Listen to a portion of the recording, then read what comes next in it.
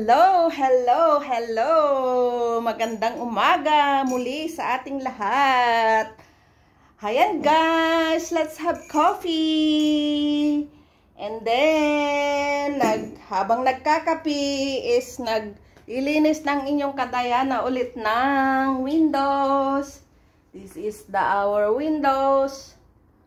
Yan. Ay! Oh my God, dalaglag ang sipi. Yan guys, lilinisin natin yung mga bintana na yan. Halina guys, samahan nyo yung kadayana. Maglinis-linis ng ating window. Window. Yan, enjoy lang natin ang buhay guys, kahit pagod na tayo.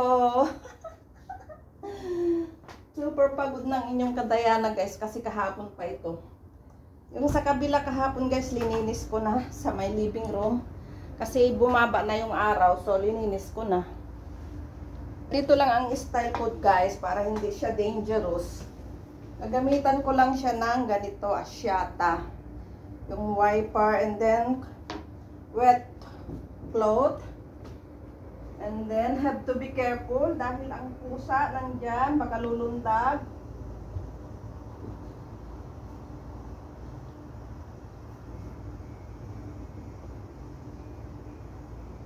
Ganyan lang guys, kasimple ang ginagawa ng inyong Diana.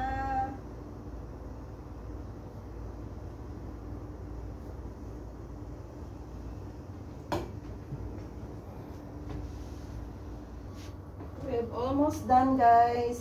We have one more left to be dry. Go!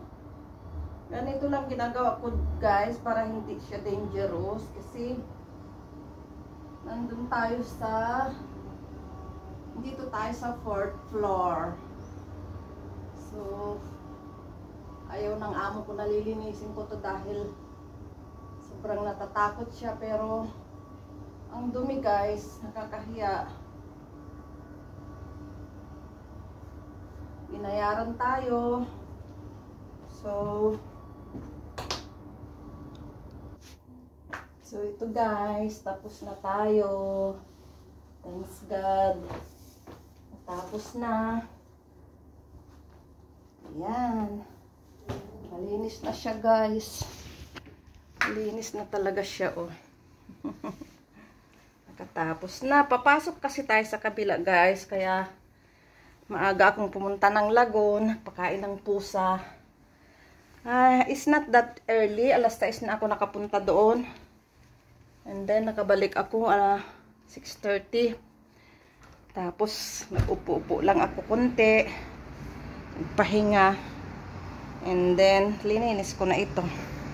So, ayan guys. Ganyan ang buhay ko pagka summer, nawala ang mga amo. Pagka pabalik na sila, yan, general cleaning the whole house. And all windows. Ganyan talaga guys, pagka mabait ang amo, gawin din natin ang part natin, 'di ba guys?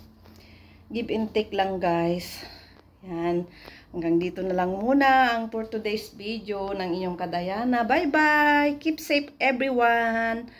I love you all. Thank you for the support. Bye-bye.